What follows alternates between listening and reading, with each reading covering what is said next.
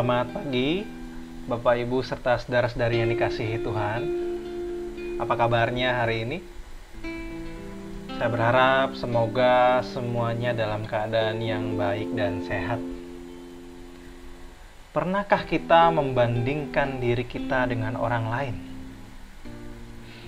Jika ditanya seperti itu, saya kira rata-rata dari Anda termasuk saya pasti pernah melakukannya.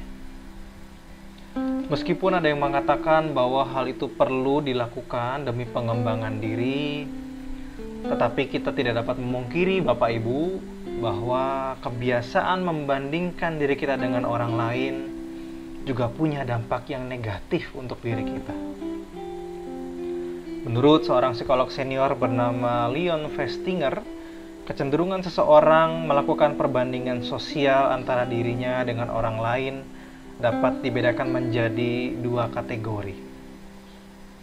Yang pertama, seseorang seringkali membandingkan diri dengan orang lain yang dipandang lebih tinggi dari dirinya.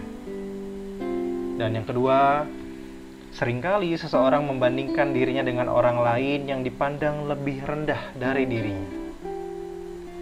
Dan keduanya, menurut Festinger, sama-sama memiliki dampak yang buruk bagi diri kita.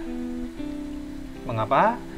Karena yang pertama dapat menyemai rasa iri hati dan rasa rendah diri di dalam diri kita. Sebaliknya, yang kedua justru dapat memunculkan rasa puas diri dan kejumawaan di dalam diri kita. Oleh karena itu, jemaat yang dikasihi Tuhan, untuk menyikapi fenomena ini, rasanya kita perlu kembali mengingat apa yang dinasihatkan Rasul Paulus di dalam Galatia 6 ayat yang keempat.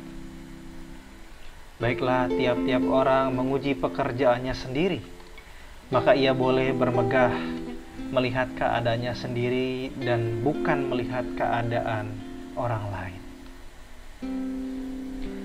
Jemaat yang dikasihi Tuhan, mari kita sama-sama belajar untuk tidak lagi sibuk bertanya apakah saya lebih baik dari orang lain.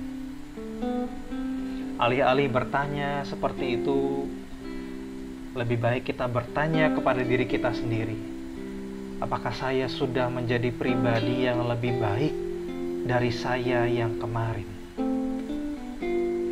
Sebagaimana ditegaskan dalam sebuah kutipan Zen, sekuntum bunga tidak berpikir untuk bersaing dengan bunga lainnya, karena ia mekar begitu saja. Amin. Tuhan memberkati.